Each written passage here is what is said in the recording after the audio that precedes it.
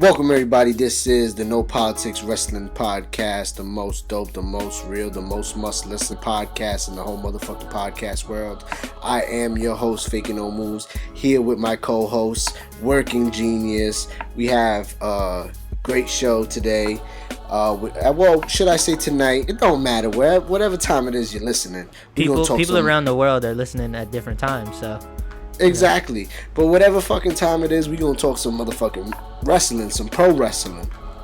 And we got Battleground coming up this week as well. So we got a good enough amount of wrestling to talk about. Can we talk about something else first? What you want to talk about? OJ? Pass. Hard pass on that one. Right. I'd like to talk about my microphone. Shout out to Mike. Give me compliments. Give me a compliment. His mic is blue. Blue's my favorite color. It's blue and it's new. And so if my audio sounds more crisp than my co-hosts, don't get mad at him. Don't send him no hate email. It's all right. Yeah. He's gonna get it. He's gonna get it figured out. Don't even worry about it. But for now, my mic's coming. Listen to the beautiful sounds coming through my mic. That is my voice. So word. Thank you. All right. We need some clapping effects. But anyway, besides that, we need any effects. We have zero effects. Right. We working on that too.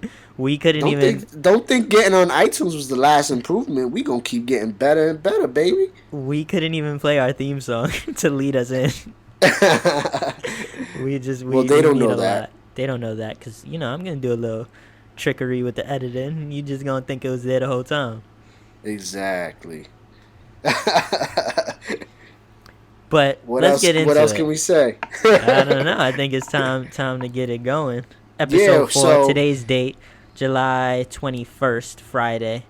Yes. So whenever you're listening to this, hopefully, I don't know. Just we're going to get it out to you before Battleground for sure. Yeah. And then we're going to try to do it every Friday from now on. This week it was a little different. It was a little weird.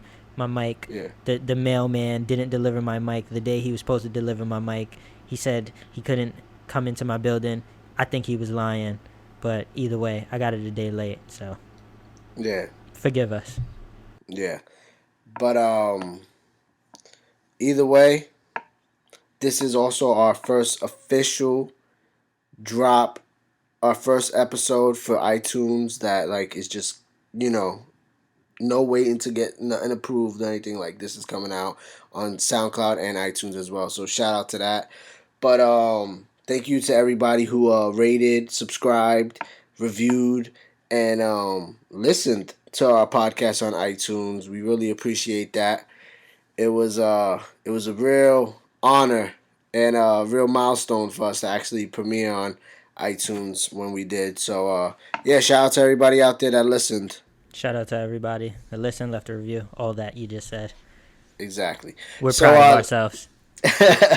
Word. So let's get it popping. SmackDown's fresh in my mind, Raw is pretty fresh in my mind, and we got Battleground. So what you want to start with? I would say start with Raw, and then as usual we get into the Smackdown second, and then hit it with the Battleground predictions to end it. All right, no doubt. So you want to pop it off? Why don't you start it off with Raw? How we started Raw? I'm not the Raw guy, but I don't matter. I do it. I get it done. All right, hold on. Give me a second because I'm already thrown off. I didn't expect you to. 3, 2, 1. Spoilers. Dean Ambrose popped it off. That's what happened. Yeah. And he was sitting in the ring sitting in a chair in the ring. And what? Go ahead. What did he do? I don't remember if he called out Rollins, I think it was what he was supposed to do, or The Miz. One thing, Pretty but much Rollins the came sum of out. everything. I don't remember everything he said, but it was something to do with Rollins and how he don't trust Rollins and he didn't ever need Rollins' help and he's that doesn't just because he saved Rollins doesn't mean he trusts him type shit. You said it was supposed to be fresh in your mind. Everything except that. I'm just saying, like, that was the summary of it. And No, yeah, it was basically Rollins came out eventually, and he had a great promo. Okay. Where, if you want to call it a promo, I guess, but interaction with Dean, where he was like, here's the chair. If you want to do it, do it. He stood there with his arms out, his back turned, like, give me for payback, He also apologized, which is the first time he's ever apologized for the whole thing. Word. That was kind of cool. The crowd wanted the Shield because the crowd always wants the Shield. Of course. But ultimately Dean doesn't hit him, and then the Miz comes out with the Miz Taraj, and they do the honors, and they beat down Rollins and Ambrose with chairs. Word. So that was that. Don't even. Yep. Shout out to the Miz though. Yeah, and we're not gonna go through this as breaking down match for match like we stopped doing that a while ago. So that was the start off to it. I guess one of the biggest moments of the night, which this night was centered around that we were leading up to, was the tease of what's Kurt Angle's big secret. So majority of the night was leading up to that. Yeah, and. What did you think of it? Should we reveal it? Guess so. For those that don't know. Nothing significant. Did anything significant happen from the opening promo till the second hour of Raw when, I could just run through it really quick. Alexa and Bayley had a match, I believe.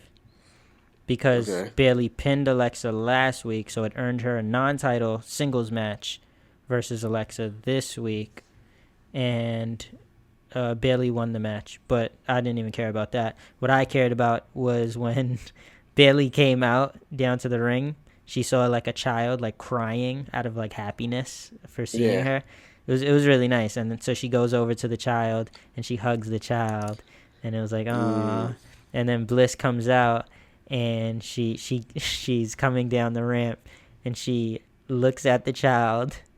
And she grills the child, and then she like makes like the wah wah gesture at the child, and I just thought it was perfect because doing what she was supposed to do. I was thinking like, man, I hope she does that, but then I was also like, but the child is like bawling its eyes out, so I was like, I'm not sure if she will, but she did because she's always exceeding my expectations. God, I love her.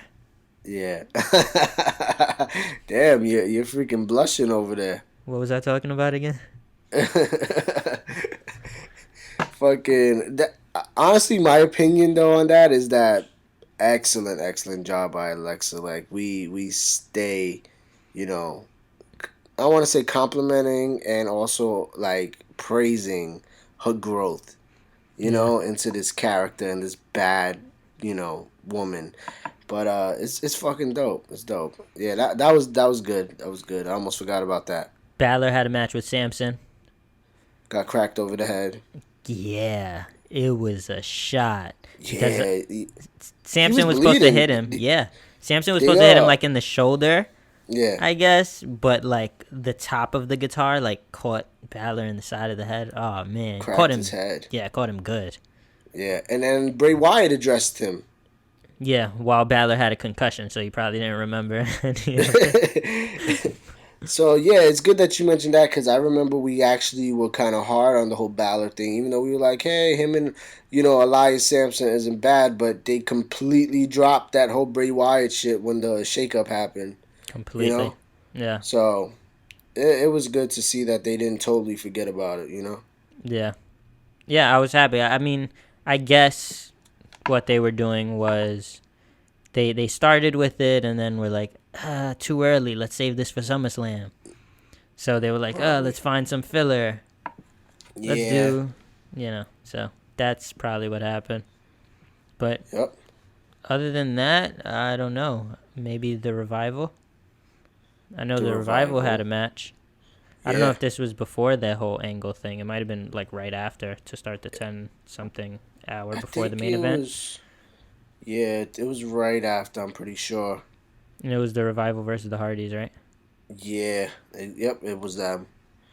I don't remember. That match, I seen that match. It wasn't bad. I don't remember like exactly what happened in the match. I remembered enjoying it though. And Revival got the win, and I was like, yep. Shit. I'm exactly on the same page. Like, nothing in the match really stuck out that crazy. I remember it was a decent match, solid match. Revival got the win. Big time. That's big time for them. But I also remember they had a promo in backstage before the match. And they said, why wouldn't we are the top guys, you know, their whole thing. Why wouldn't we want to come after the Hardy Boys? We destroyed New Day. We're coming after the Hardy Boys. Like, why not? You know what our slogan is. No flips. Just fists. And who does the most flipping?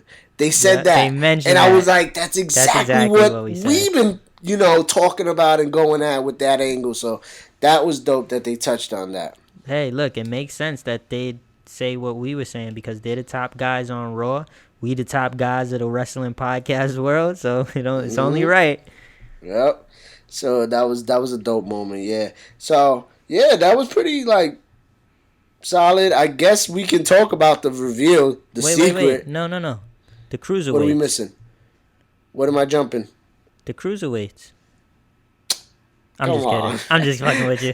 Let's keep it moving. Oh, yeah. I'm just fucking with you. Tozawa, he had a match. Did he? Titus threw the towel in. Oh, did he? Tozawa got tight too.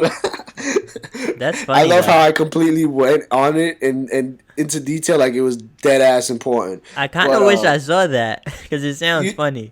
You didn't see that? No, I totally zoned out during the cruiserweight. It was against Daivari. Daivari was working the shoulder and Titus got on the ring.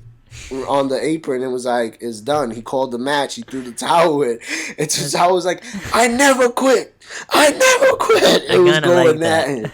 And he was like, I know. I'm saving you from yourself. Like backstage, he was like, I'm saving you from yourself. I know you would never quit. Your shoulders jacked up. Like it was a little spotlight on that tandem, you know? Yeah, that's the whole Titus brand. All right, shout out to the cruiserweights.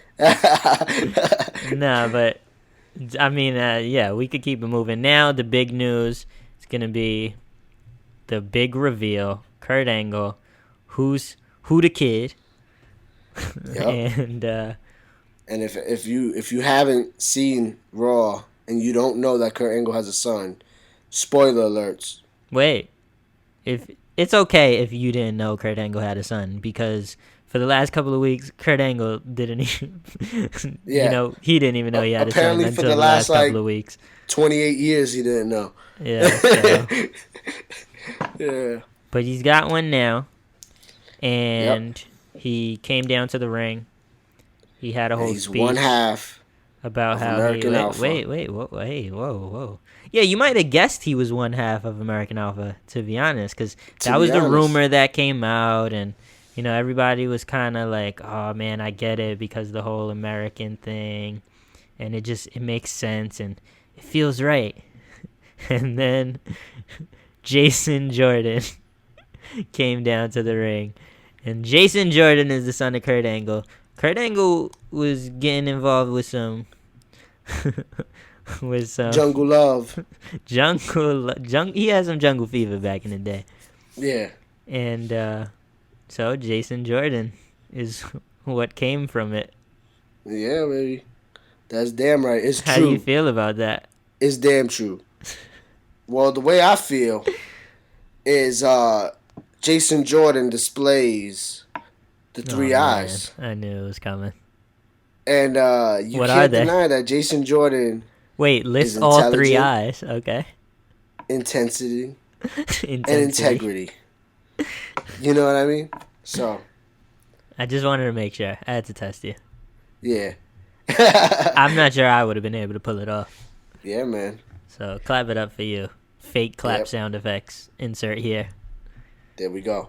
So, yeah, everyone was fucking shocked. Like, I'm not gonna lie, I'm not gonna say this was the best segment. It was like literally 2 or 3 minutes long. Like, I expected it to be way longer. Like, they revealed it, they embraced each other, and then it like went to commercial. I was like, what the fuck? It's gonna end like that, but whatever. They're blowing our mind anyway with this whole angle. But the crowd was kind of dead for it. But something inside me was like, I can see Kurt Angle making this work, and this is an opportunity to make a star, especially if eventually everyone's gonna turn on them and they're gonna boo the shit out of Jason Jordan every time he comes out. Like, you're Kurt Angle's son. You think you're gonna get a handout or something? Who knows the way things could turn? Mm-hmm. But if he does start to get booed and become like hated by the fans, he only has one thing he has to turn to, I think, and that's embracing the douchiness of I'm awesome, I have the 3 eyes, I'm Kurt Angle's son, the way Kurt Angle did it. And that it's genetic and that it's in his blood. Exactly, and you guys are just haters because I'm fucking awesome and I'm the son of a gold medalist, Olympic gold medalist who won a fucking gold medal with a freaking broken neck, you know? Yeah. So that's I can see them doing that and maybe like making this really, really, really dope in a moment in both of their careers. I can also see them fucking this up somehow. I mean, look at fucking Vince McMahon and his son Hornswoggle. Oh shit! You know what I mean? Like, that's one of the worst angles that ever happened in WWE history. So I forgot it had happened until you brought it up and fucked my whole shit up just now. Yeah, so I'm just hoping they don't go that route. Yeah, you mentioned how it was a short kind of segment. I didn't mind it.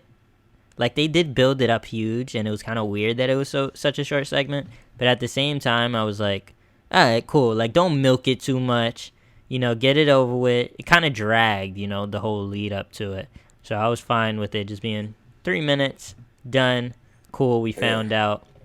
And, I mean, who knows where they go with this. I do want to say, though, that most people did think it was going to be Chad Gable. And I remember making the joke to you literally maybe like 20 seconds before the reveal. I texted you. As a joke, what if it's Jordan instead of Gable? As a joke. Like, I thought I was the funniest dude in the world for coming up with that in that moment. You know, like, oh man, that would be so funny. And then it was. So, I mean, I don't know. I don't want to say like I'm upset. Like, who knows? You know, they, like you said, they could make a star out of Jordan with this. So maybe there's good things that's gonna happen. It's hard to bet with WWE though, with angles like this. You know, it's easy. It's much easier to bet against them and assume that they fail. But you know, I'm gonna give this the benefit of the doubt right now, and hopefully they do something good with it. I don't like them breaking up American Alpha. They were so underutilized. I know they had the tag titles for a moment before losing it to the Wyatts. I mean, no. Did they lose to the Wyatts or they lost to the Usos? They lost to the Usos. Did they beat the Wyatts? They're the ones that beat the Wyatts. Okay. Yeah. Yep. So, I mean, it was a short reign. And I always thought, like, you know, eventually you were just letting them cool off because they came in so hot because everyone knew them and everyone expected them to be the tag champs. So I thought it was like a good idea that you keep them away from it, and then they just stopped using them entirely, and then I guess they were just drumming up this whole thing in the background. They had the NXT tag titles as well, right? Yes, sir.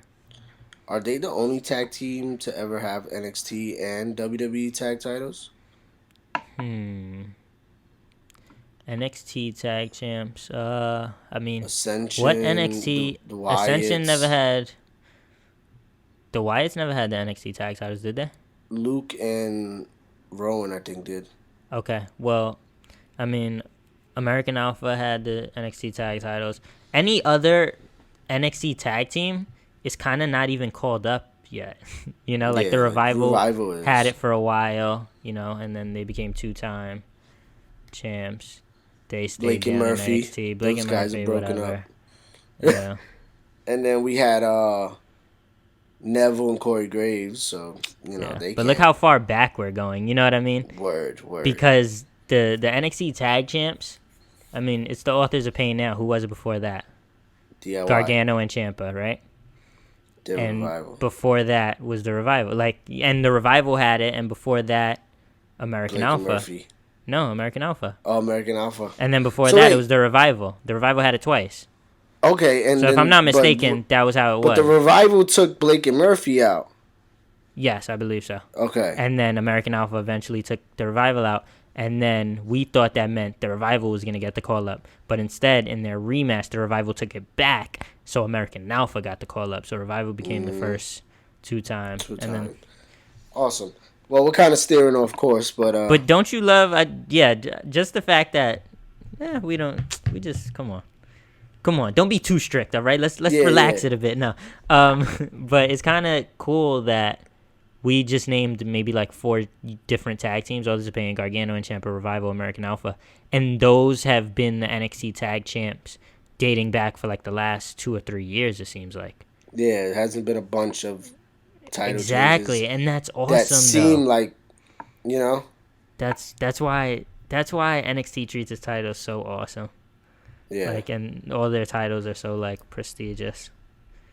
The main roster could learn something.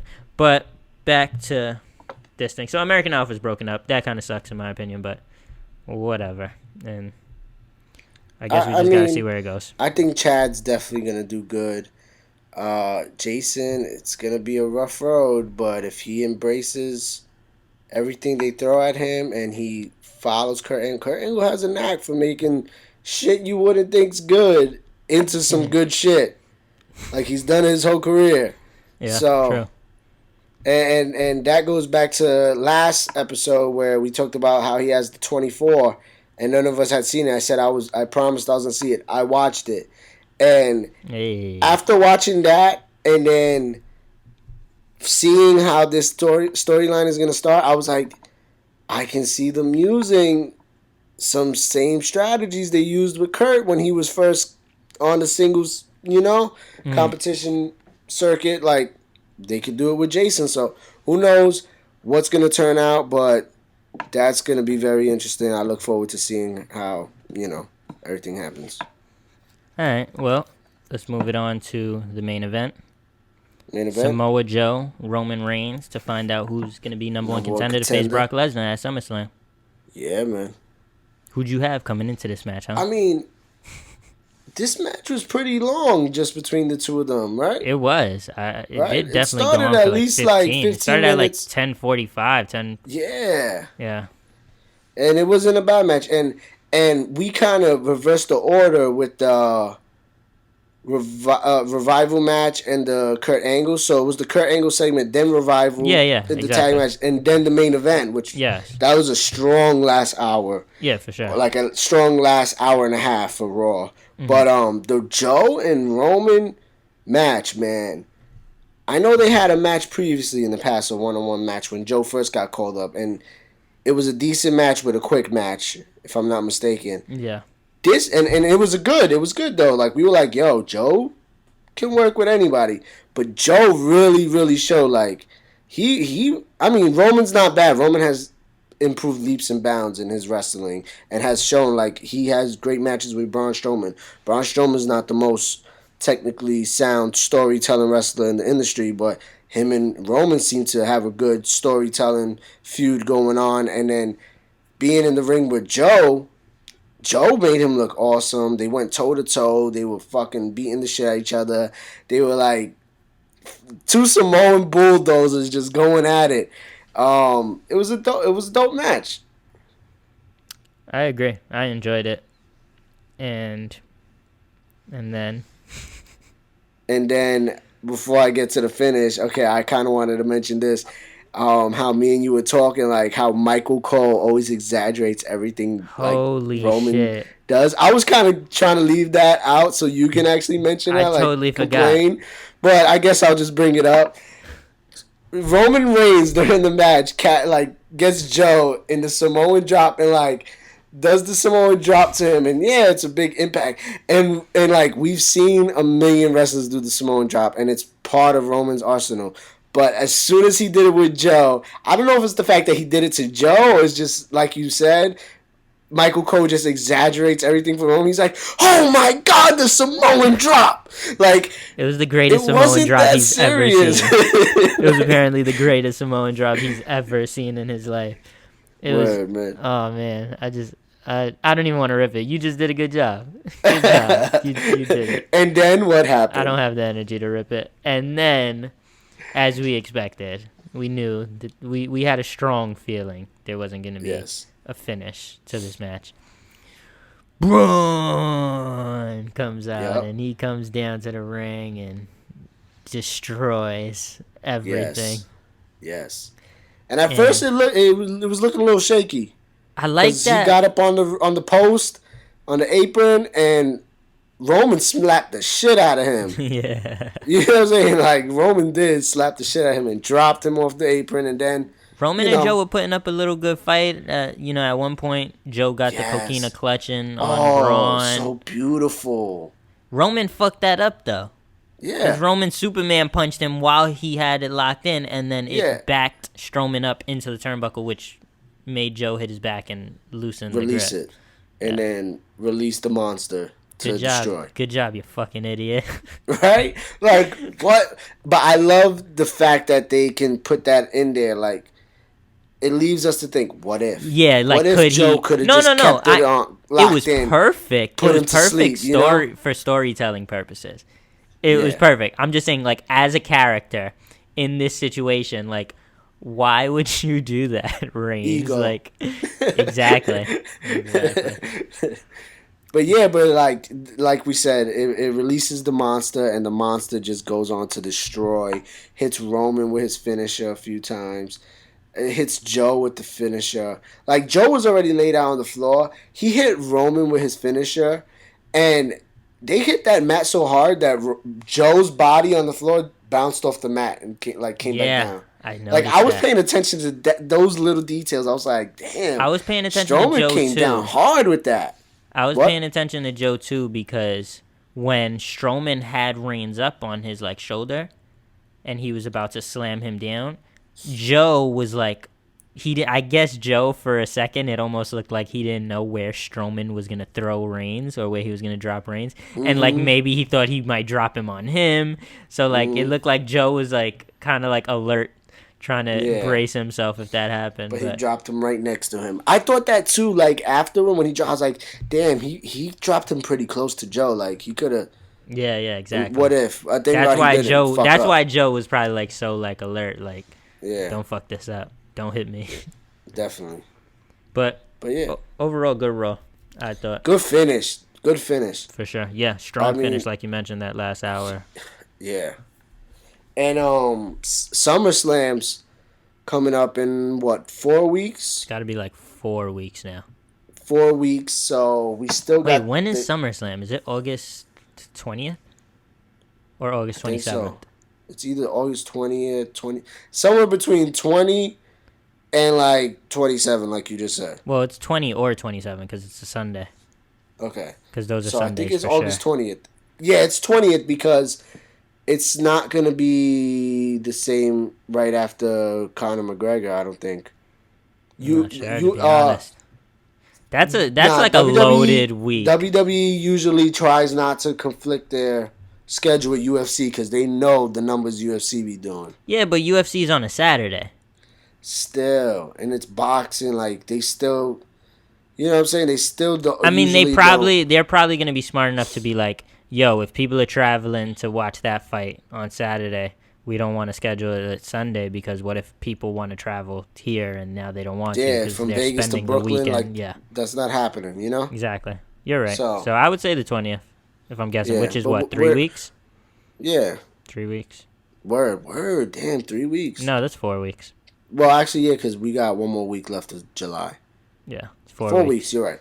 But, like I said, we don't have a clear-cut number one contender. So, now there's a monkey in the fucking, a monkey wrench in the I equation. thought you were gonna say there's a monkey in the room, like an elephant in the room, but you were getting the animal wrong. And I was like, wait, is he gonna fix it, or do I need to correct him? But yeah, so I'm predicting a triple threat match to determine the number one contender. Some people are saying, can you see like a fatal four way at SummerSlam? Like, why not? With Brock, the monster, the fucking big dog, and the Samoan. I don't know though. I don't know that I would want to see. Like, I can see them doing it. Yeah. I don't think I want to see a fatal four way with all of them because we still haven't seen, like, we've seen Lesnar Joe, we've seen Lesnar Reigns. Let's see Lesnar Braun, and then you could put them all in the ring together. But first, you want to see the singles with everyone first. Yeah, you know what I mean. So, and I feel like if they did do a fatal four way, then that would mean like there's gonna be more moments than I would like of Braun Strowman like laying outside of the ring doing nothing. Like, how do you like just knock Braun out of that equation in that match for like a split, even if it's a split amount of time? Like, maybe he might have to have 2 or 3 minutes where he's not involved in the action. Like, to see him, take him out outside the ring and to have him lay there. So, like, he's too big to just, you know what I mean? Like, he has to have an opportunity where it's like a one-on-one, or if he was the champ, you never know, like, the more dominant big dude in the ring that you got to take him down, you know? Mm-hmm. All right, wait, are you doubting Roman's ability to take him out on his own? Because I would think that's a severe error you're making if you think that. So just know, Reigns can handle it on his own. Okay, okay. So if Braun needs to... You having a goddamn Roman? Genius McMahon. Working genius, like, are you doubting Roman Reigns? Like, I don't know whether to take you serious or not right now, because you be trashing Roman. Please don't take me serious. Oh man. Nah, but I would just expect Strowman, Lesnar. That's been the plan for a while. Why not just do it? And then at the next pay-per-view where Lesnar defends his title, you'll have the fatal four-way. I could see it going something like, exactly. I could see it going something like Braun versus Lesnar, and then Lesnar, Reigns, and Joe have like a triple threat match or something to determine the number one contender or some shit like that. And that's at the next pay-per-view. And then... What if Braun gets the number one contender, opportunity and wins and takes the belt off Brock? Nah. I wouldn't doubt it, yo. Vince be like, honestly, I had a long-term plan for Brock, but maybe we could put the strap back on him at Royal Rumble or something. Yeah, okay. And let's give Braun an opportunity just to have a champ present. Nah. I don't know. You never know. I wouldn't doubt it, but bro, look, it's not likely. How I'm it's not likely, though.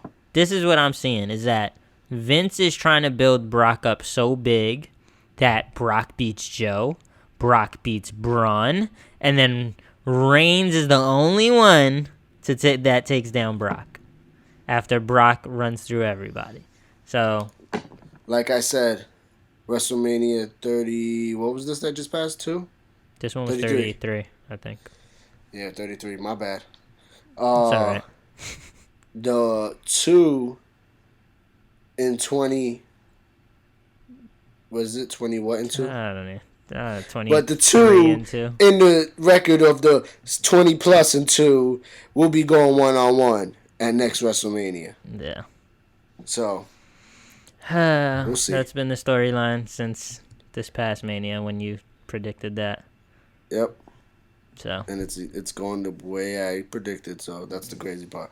But predictable. It's been the storyline since Roman Reigns came into the Performance Center. Exactly. And Vince McMahon laid eyes on him like, this is the guy. This is the guy. Yeah. God damn it, Hunter. This is the guy. Right? Oh, man. Fucking John Cena's fucking coming in and out of fucking wrestling here and there. Fucking The Rock's gone. The Rock even tried to put him over, though. We can't forget that. Oh, man. Fucking Taker put him over. This is the motherfucking guy. Yeah. whether we like it or not, apparently. But thank you for mentioning Cena. Yeah. Because perfect segue. It is time to get into this SmackDown Live. Yeah. Well, we're not even going to get into SmackDown Live. We're going to go straight into the WWE Battleground, SmackDown exclusive pay-per-view Battleground card. And through that, while we're discussing that, we'll discuss our thoughts on SmackDown. And all the lead up towards. Which SmackDown was A1 as usual. Also, before we get into Battlegrounds and SmackDown, Battleground pay-per-view and SmackDown, I want to say shout out to Shane McMahon. We're all happy he's safe and healthy because the night after SmackDown, he took a helicopter from Manhattan to the Hamptons to go home and relax with his family, and they had to have an emergency landing in the Atlantic Ocean. And that could have been tragic. It would have, if something would have happened, that would have been a tragedy. Yeah. So, good thing he's safe. Good thing we're gonna get some more Shane McMahon going forward on WWE television. And yeah, man. After this, just wanted to say that. I mean, after this stunt, I can't wait to see what bump he takes at Mania this year, huh? Right? No, I'm just kidding. But now that he's safe, we can kind of joke about it, right? Yeah, no. Good thing he's safe. Like. Shout out to that pilot. Like, yeah. Come on. Did you see the clip, the news clip? I saw, like, Shane getting interviewed. Yeah. Yeah, so. There wasn't footage of the landing or anything, right? No. There was just, like, him getting interviewed, the pilot getting interviewed. That's dope. Yeah, I saw those. Shout out to the pilot. Good Shane job. was like that. They came down. It felt like they were landing on the ground. Like, it was soft. It was gentle. Because it's water. It wasn't a crash, like, I guess he put out, like, when they were coming down, I guess some things blew up and, some floaties came out and shit so they could float onto the water and shit.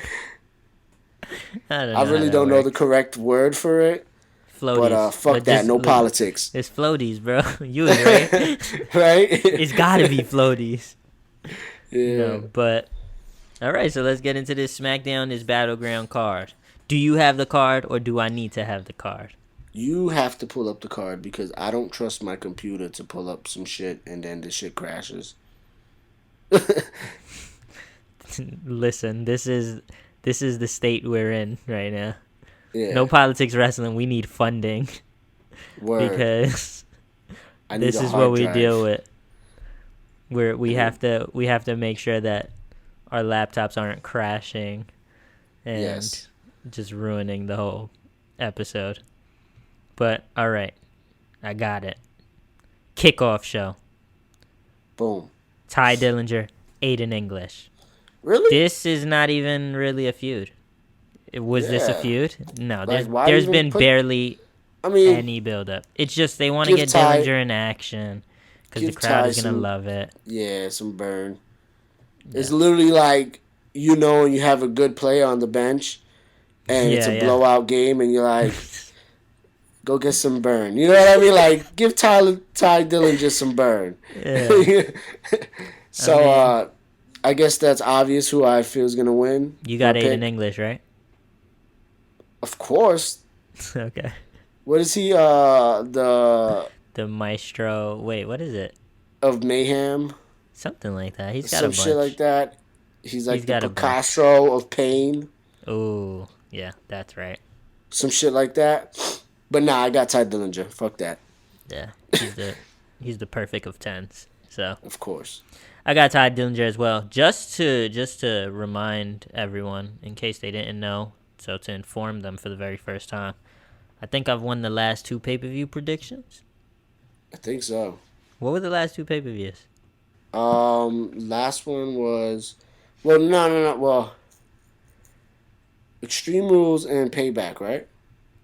I feel like we're. What was this very? No, Money one? In the Bank. Great Balls of Fire. How could you forget your favorite? Okay, I won Great Balls of Fire because the only match we had different was the tag match, and I got that one right. And then Extreme Rules was before that. Extreme Rules was before that, and that was a SmackDown one. That was Raw.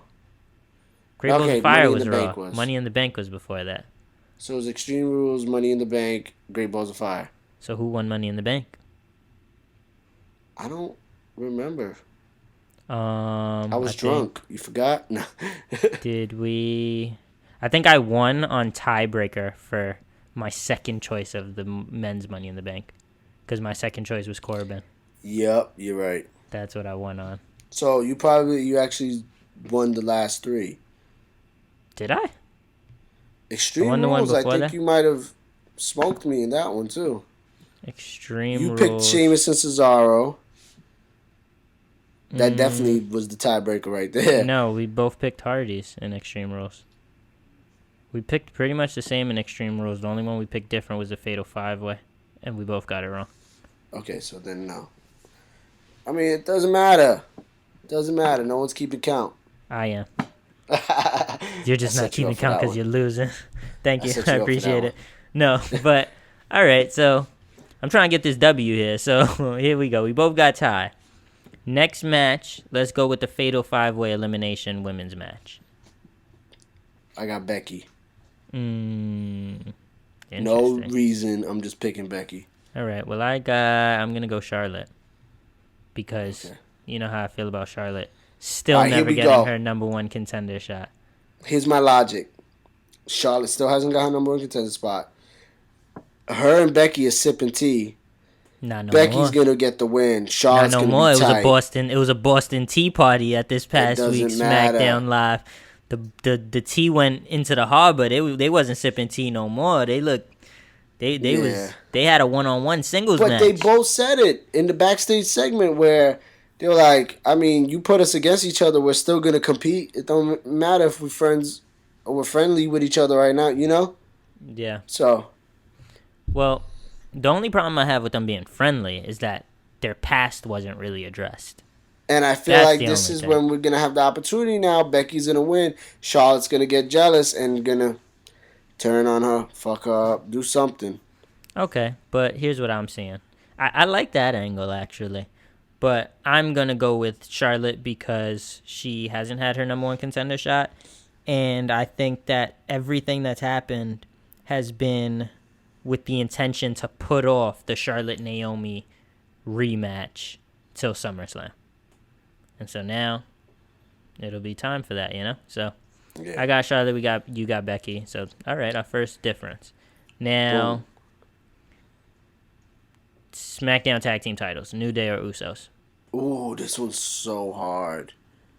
I previously suggested that you changing your picks all of a sudden. I previously suggested that New Day would get it at this one at the rematch, but I'm just loving the Usos momentum. I gotta go with the Usos. I'm going New Day. I'm just loving everything the Usos do right now. I'm going New Day. I wouldn't be surprised. If New Day won, but I'm going to go Usos. I like this. So far, we usually always pick the same, so I like that we're already getting off to very different starts. I got New Day because I think New Day's going to take it off of them, and then they're going to have their rematch at SummerSlam. One up. They won up now. Yeah. SummerSlam for the third one. So that's how I'm seeing it. Now, next up, we got Shinsuke versus Corbin. No, scratch that. John Cena versus Rusev flag match. Well, who knows if Shinsuke and Corbin really are going to even have a match. But anyway, we'll save that for when we get up to their match. Okay. John Cena versus Rusev. Rusev Machka. You got Rusev Crush. You got Rusev? The Bulgarian Brute. I can't tell if you're just still introing him. Yeah, that was a terrible accent. That was hard. But, now, let me start off by saying this. John Cena is a man of words. This is why he is always picked to induct all the legends, the best of the best. That's why he hosts all the shows. He hosts all the Kids' Choice Awards. You know what I'm saying? He hosts American. Doesn't Russell Wilson whatever. do that now? Huh? American something. Doesn't Russell Wilson do that now? The Kids' Choice Awards. I have no clue, but I know John Cena did it a couple times too, and Okay. I think he hosted the ESPYs this year. Wasn't that Drake? Or some shit earlier. Drake did Drake do the ESPYs? No. Peyton did the ESPYs this year. Year. It was just the other day. And John Drake Cena did did some NBA shit with joint. ESPN. That's all I gotta say. John Cena's a man of words. He's good with his shit. He had an awesome fucking promo this week where he talked about America. You know, the usual USA, Mr. America, get behind me, do not boo me bullshit, but it was awesome. And he ends up going up on the turnbuckle and pulling the American flag down. It's like, what a beautiful scene. And then Rusev attacks him. Throws him in that accolade. Breaks him down. Gets him in the accolade. And I think at this moment I'm watching it and John's getting on one knee. And he's about to stand up. And he's standing up. And I'm like... Fuck John Cena. The power of America is beating through John Cena's heart. He's going to stand up. And he falls back down. And it just brings more emotion to the crowd. More hatred for Rusev. And Rusev continues to put the accolade in and crush John Cena. And then he goes and grabs his flag. And I feel that will be the scene of Battleground when Rusev beats John Cena in a flag match. I'm going shit. Rusev.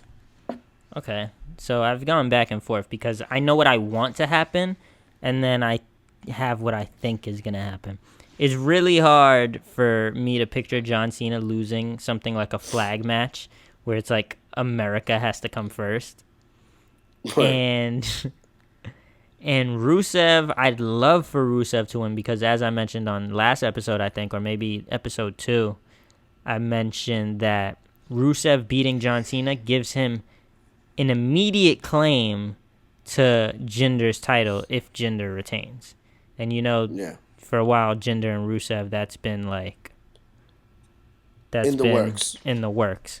But there's no way John Cena loses in a flag match. Like, he's literally got the weight of America on his shoulders right now. And there's no way. He didn't break out of the accolade this week on Smackdown, but at Battleground, you bet your ass he's going to fucking break out of it. So I got John Cena... And then John Cena's probably going to, challenge Jinder. America versus India, SummerSlam type shit. I don't really like the idea of America versus India. Like, it shouldn't be, two countries versus each other. But you know how they're going to play off of that. Yeah. So, I got John Cena. All right. I'm going to blow you out this week. I mean, I will be so happy if I won this week because I'm going with all the underdogs, all the dudes that are not supposed to win. I'm going to flatten you this week. I'm going to destroy you. We'll see. All right. I got sources. Okay. What, did you read the odds? You must have read the odds. Don't lie. Don't front on me right now. I didn't. I did not. All right. Don't be cheating. All right. Next match. You're going to like what I do with this one. Next match, Randy Orton versus Jinder Mahal. And you're going to like... The reason I say you're going to like that I did that is because when we do the cards, when we make our predictions, we try to go from least significant to most significant. And so that's where I have the Orton versus Mahal match on my card. Wait a minute. What about the Sami Zayn's match? It's not here. But it's got to be a match. Yeah, didn't they say Sami Zayn's facing Mike Kanellis? They didn't announce that, huh? They didn't announce it, but they're gonna throw it in. They have to. But I don't see it here. I don't see it here, but maybe this is wrong. Well, before we get into Randy and Jinder, then either way, Randy Orton versus Mahal is lower on the card for me than Sami Zayn and Mike Kanellis. Nah, you crazy. Nah, Punjabi bro. Prison match? Sami Zayn versus Mike Kanellis is going to be a better match than Randy Orton and Jinder Mahal. I mean, just for the fact of the Punjabi prison match, I got to put that high on significance. No, I like that. I like that too, and I like the title's on the line, but just I'm so tired of this feud. Whereas the Sami Zayn Mike Kanellis thing is like, okay, I kind of want to see this. You know what I mean? Yeah. Even though I do like the Punjabi prison. But before I get into Randy and Jinder, we don't know if Mike's having a match with Sami. I do want to say I love Mike Kanellis and Maria Kanellis. I love the match he had with Sami Zayn on SmackDown. I love his whole attire. It gives me that old school vibe, like freaking Rick Rude, freaking Shawn Michaels, like that old school attire, like the Jake the Snake attire, the jacket like Jimmy Hart had, airbrush and shit with his girl's face on the back. The song, I'm burning up for your love. Like, I just love it. I love it. And let's not forget to mention, Mike got that W over Sami Zayn. No matter how it turned out, like whatever help he had or not, like it was a dope segment. It was a dope storyline, and I love how they eased their way into that whole match shit and teased it for 2 weeks, and we were like, what the hell are they doing? Like, are they gonna give this guy a match? But then it did, and it was of significance, and his first match on the main roster, he gets the W. You could have just saved that for after the Jinder Orton thing, but like at this point, we might as well just make our pick for Sami Zayn, Mike Kanellis. But should we make a pick if we don't know if they're gonna have a match? Yeah, because in case they do, it's better to have the pick than to leave it off completely. Well, then I guess you're right. So let's do it now. All right. Well, before we predict, let me get into my thoughts on this. For a while, I've just loved the Mike and Maria Kanellis thing since they debuted at last pay-per-view at Money in the Bank, and all they did was come out, I think, say a few words, and that was it. Their fucking theme song is awesome. I play that shit on YouTube just when I'm not doing anything during the day, like, because I want to hear it. And I love their annoying vibe. Like, they're supposed to be annoying. Like, that's what they're supposed to get. So for people that are like, oh, they're so annoying, go away, it's like, no, that's what they're supposed to be doing. So, and I just love it. Like, they entertain the shit out of me. They're funny. I liked the build with Sami Zayn constantly like apologizing because he just happened to keep getting in their way before like having enough, and you know, saying like, I've already apologized a bunch of times and I don't need to apologize. And then, you know, they hit him with the glass vase, Maria slaps him, and then this past week on SmackDown they had a good match. Sami kind of controlled it the whole time, and then Mike used Maria like got in and just blocked Sami Zayn from hitting the haluva kick. Yep. And Mike got the pin. He did his finisher. Finish. Yeah. Yeah. It's cool. Like, it looks like the Falcon Arrow, right? Isn't it kind of like that? What's the Falcon Arrow? That's that shit Seth Rollins does. Off the top rope? No, that's the Phoenix Splash. Oh. The Falcon Arrow. Well, it's a like a carry into a sit down pin type shit. I don't know how to exactly explain it, but it was nice. I liked it. Yeah, me too. So I'm gonna go with Mike Kanellis if they have a match. I'm not disagreeing with this one. All right, so same thing. There you go. You're on the winning side now. Uh-huh. All right, so let's get into this Jinder Randy Orton thing. We're racing against the clock at this point. Yeah. So. Well, it's not much to talk about. We should definitely talk about their promo. They opened up SmackDown this week with Jinder. They got a lot of time for their opening promo, their segment. It was about 20 to 30 minutes long, their opening segment. Jinder talked his shit, then he translated for his people in Punjabi. And while he was doing that, Randy interrupted and slowly climbed up the Punjabi prison and talk shit to him at the same time. And I think your exact words was in the text message, Randy literally slithered up through the Punjabi prison like a viper.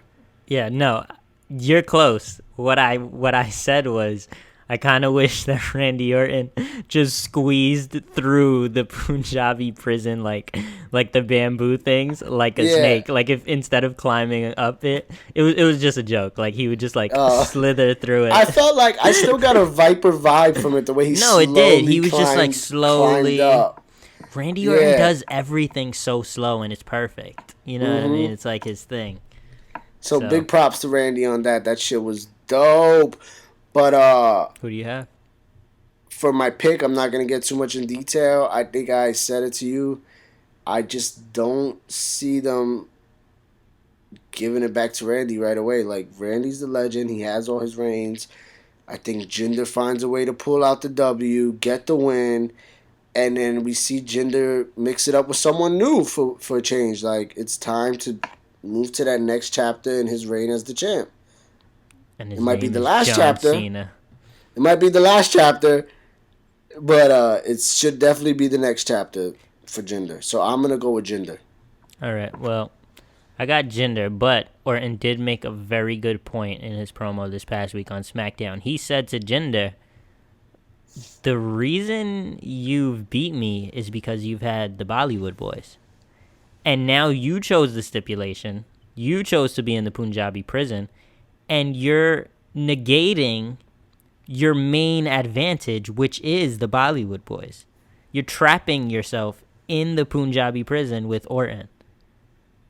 And I just thought that was a dope angle for Orton to take in his promo to basically shake Jinder up and to put the fear in Jinder. But obviously the Bollywood boys are still going to find a way to get involved.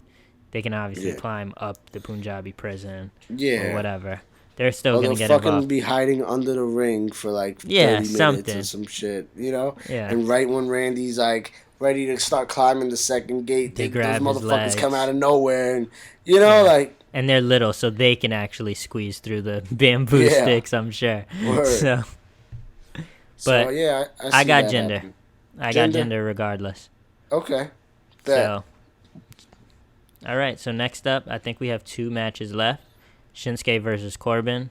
Do you think? Yep. Well, I kind of don't even have a winner for this match. I don't even think the match is going to start. I think they're just going to beat the shit out of each other like we've seen in the past. They've had too many times where they were supposed to fight, besides their tag matches, where they just started brawling and the match never started. Or some shit happened backstage and they beat the shit out of each other. And I just see that happening. But I see Baron Corbin getting the advantage and coming out looking strong.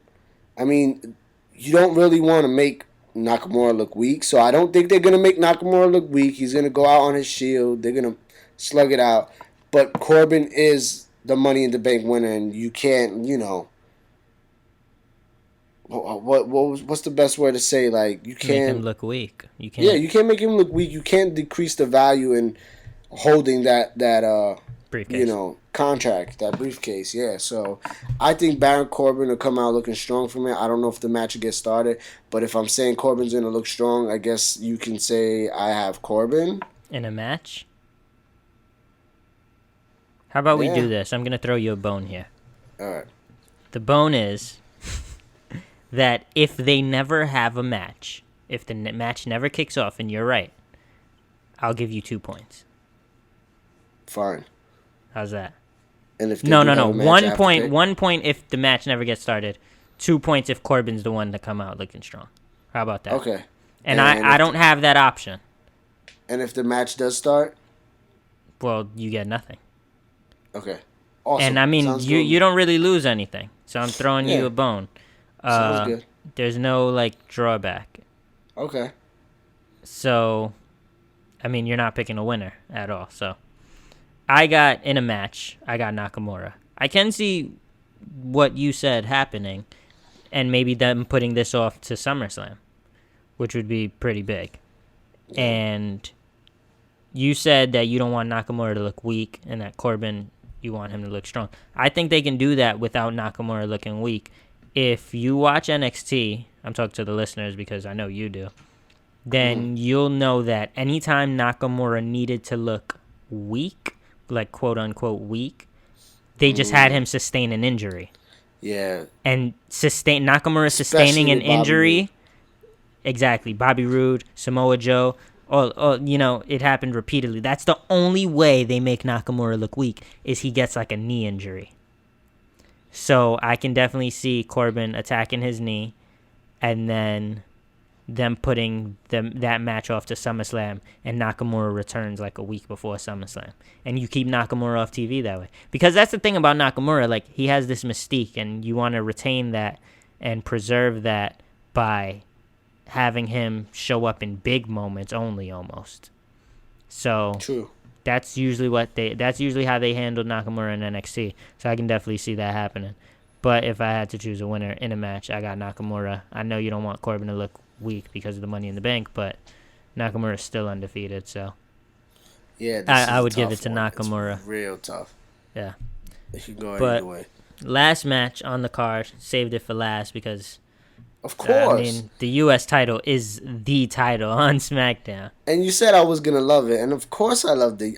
I saw where you were going with this one. Yeah, of course. Of course, this is the number one title on fucking SmackDown. And another thing I want to mention is, just to show how big this title, how major this title is, Nakamura and Styles were a tag team this past week on SmackDown.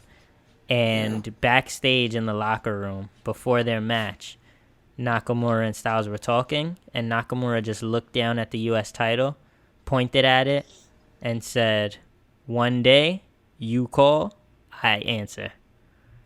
So, just everyone, they all want to go after the U.S. title. That's the title. You know what I'm saying? So, I just fucking love that. And later in the night, Nakamura and Styles did lose to Owens and Corbin, and what was a hell of a main event, I thought. It was a dope-ass finish, strong finish. I'm going to go with, for the U.S. title, AJ Styles. I mean, do I really have to say anything else besides what you already said? Everyone's going... your pick for the match. Everyone's going for the U.S. title, and we've said it for weeks. This is exactly what SmackDown's doing that Raw is not doing. When Raw literally is missing their top title, they still don't make the Intercontinental title feel like it's the number one title. Yeah. And but SmackDown that's only has because their champ. That's only because they don't put The Miz in good feuds, because they're using all the top talent to go after the Universal title that's not even really around. And they're giving The Miz nothing. But put The Miz in a fucking feud with one of these guys, and like maybe Rollins, The Miz versus Rollins for the Intercontinental title, and let The Miz like go to work on that fucking mic like he has. But continue. But so this is the top title. It was a dope fucking match, like you said. I loved, Owens and Corbin getting that W, and the bad guys doing the dirty work to get it done. Mm-hmm. But I have to say, I do not see that belt leaving AJ Styles' hands. Not anytime soon. There's no way AJ Styles is losing that belt anytime soon. Until fucking Mania. Until Mania, or until it's time for him to be the World Heavyweight Champ again, or whatever the fuck WWE wants to call it, because they make up their own fucking I'll take it to Mania. Titles. I will take it to Mania, and I'll say Nakamura takes it off of him at Mania. And then Nakamura has it for a while. Word. And then Styles, he moves on to whatever, the main title, the top title. Word. So we both got AJ Styles. Before we end it, though, a thought came around on my mind. I don't want to dive into this topic yet, but it's a very interesting question. Like, who's going to be the WWE champion for SmackDown by the time Mania comes around? I was just thinking that when I was answering that. I have no clue. When I was talking about Styles and Nakamura for the U.S. title at Mania, I was thinking two things. I was thinking, how big is that for the U.S. title? Styles versus Nakamura over the U.S. title at Mania? They're taking that shit to another level. Word. But it made me think, okay, so who's going to have the WWE title? Corbin. I was just thinking that too, because of the money in the bank. He's going to have it at some point before then, yeah. I mean, he could technically hold it till after. But I can't really see anyone else. Corbin. Okay, so who has it now? Jinder. Then he's going to go up against Cena. Cena has the record already, or he's going after the record? He's tied with Flair, and he has to break it. Oh, fuck. Even though Flair, technically, I don't know if you saw the table for three with him and Randy and Bruno Sammartino. Mm-mm. But they were like, John's tied with you, but we all know, back in the days they didn't keep the best record of it. Yeah. And he was like, well, actually, Flair was like, I'm actually a 21-time champion. I won the heavyweight belt a few times in Puerto Rico. I got one thing to say to that. And had to leave it behind with Carlos Colon because those motherfuckers would have stabbed me on the way out of Puerto Rico. He said he was like there was no way I was leaving the island with that belt. That's fucking awesome. Said, that is fucking awesome. Yeah. That is an awesome story. I'm glad you shared that. Word. But okay, so I could see Cena beating Jinder at SummerSlam, which is unfortunate. But I could see Corbin cashing in right after. Word, right? And taking that shit off of him. I can see fucking Rusev being in that picture too, though. You know what I mean? So yeah. I don't know who's gonna be the champ, but you know what? Time we got a lot of time before. Yeah, so let's not even get too deep into that. Definitely elaborate on this subject as things start to unfold, appear more clear and unfold. Yeah. Another thing I want to mention right before we close out is Breezango. Someone's been messing up their office, and they're gonna find out this Sunday at Battleground. Also, rest in peace, Tully, their horse. Word. Devastating. When did this news come out? When did what news come out? About Tully. On SmackDown Live. You didn't see the segment? Okay. Nah, I didn't see this segment. What? Tully got sent to them in a package, and he was all ripped up. That is hilarious. Whoa, no it isn't. That is awesome. That is like the best thing going on TV right there. Yeah, fashion. Holy, how did I miss that? I don't know. Yo, we've been trying to figure out who this is gonna be, and I'm dumbstruck. I really have no clue who it could be. Like, I thought maybe the Ascension, but you said they were ruled out already. I thought they were ruled out. Initially, I thought it was them, but I don't know. And then I read something about Jericho returning. Yeah. I mean, which would be dope. I don't see the whole why would he attack their shit, but yeah. He has bigger fish to fry. The U.S. title is the top title. Like, what the fuck is up? Yeah. You know, he's the one who brought the U.S. title to SmackDown. Yeah. And, you know, Jericho and Styles have that history, too. Ooh. Yeah. But, all right. With that being said, I guess we could close out. I have no idea who's been destroying Breezango's office, but we will find out. Yes. But, and we will discuss it next week with you guys. In the Battleground recap or whatever the hell. Exactly. The episode is. But also, before we go, holy shit, we have so many this is the last thing I gotta say before you take us out. But we might be doing a wrestling video. Oh yeah. Right? So everybody be on the lookout for that. I'm glad you said that because now I got some more shit to say. Listen, thank you everyone for listening. If you follow us on Instagram at NoPoliticsWrestling, you know that we've been podcasting for a while. This is only our 4th episode on iTunes, but you know this is like our 31st episode overall.